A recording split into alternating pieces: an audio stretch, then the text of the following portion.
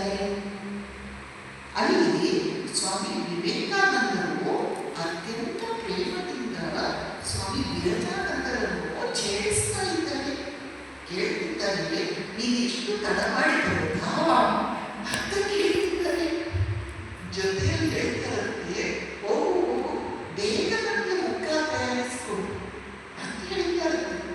ಸ್ವಾಮಿ ವಿವೇಕಾನಂದರು ಬದುಕಿದ್ದಾಗ ಕಾಳಿಕೃಷ್ಣ ಅಂದ್ರೆ ಸ್ವಾಮಿ ವಿರಜಾನಂದಜಿಯವರು 6 ತಿಂಗಳ ಕಾಲ ಅತ್ಯಂತ ನಿಷ್ಠೆಯಿಂದ ಅವರ ಸೇವೆಯನ್ನು ಮಾಡಿರ್ತಾರೆ. ಸ್ವಾಮಿ ವಿವೇಕಾನಂದರು ಅದನ್ನು ಬಹಳ ಇಷ್ಟಪಟ್ಟಿರ್ತಾರೆ, ಕೊಂಡಾಡಿರ್ತಾರೆ. ಅದಕ್ಕಾಗಿ ಬೇರೆ ಸ್ವಾಮಿ ವಿವೇಕಾನಂದರು ಕೇಳ್ತಿದ್ದಾರಂತೆ, ಇಷ್ಟು ತಡವಾಗಿ ಬರುತ್ತಾ ಮತ್ತೆ ಹೇಳ್ತಾರಂತೆ, ಹೋಗು ಬೇಗ ನನಗೆ ಮುಖ ತಯಾರಿಸಿಕೊಂಡು ಅಂತ ಹೇಳಿದ್ರಂತೆ.